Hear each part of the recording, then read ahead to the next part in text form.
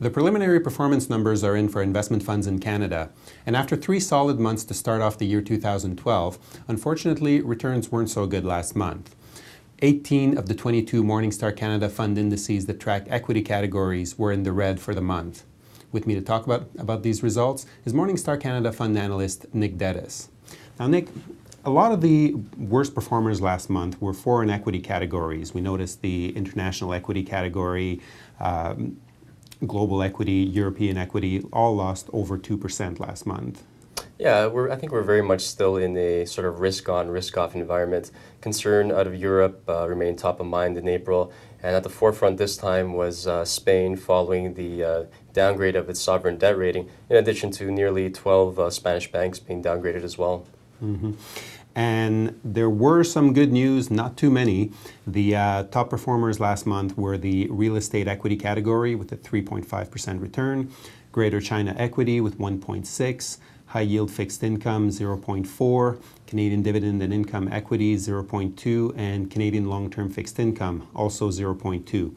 Now we notice a lot of these categories are yield providing fund categories. Yeah, so looking at the real estate equity category, for instance, Canadian REITs have performed very well. From a fundamental standpoint, you can point to improvements in occupancy rates, in rents, the benefits of low cap rates. But I think in large part it also has to do with investors just bidding up the space, specifically investors looking for yield in this low rate environment.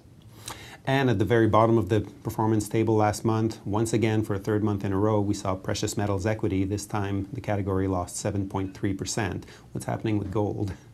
Yeah, so I think a number of economists expect that the price of gold bullion will be moving sort of in line with decisions around monetary policy stimulus from the Fed and the ECB. And so with the recent Fed comments showing no real immediate indication of further quantitative easing, we saw the price of gold drop off further. Thank you, Nick. And for a complete table featuring all the performance numbers for all the Morningstar Canada fund indices for the month of April, please click on the link right below the video player. And check back with us regularly for more news and updates.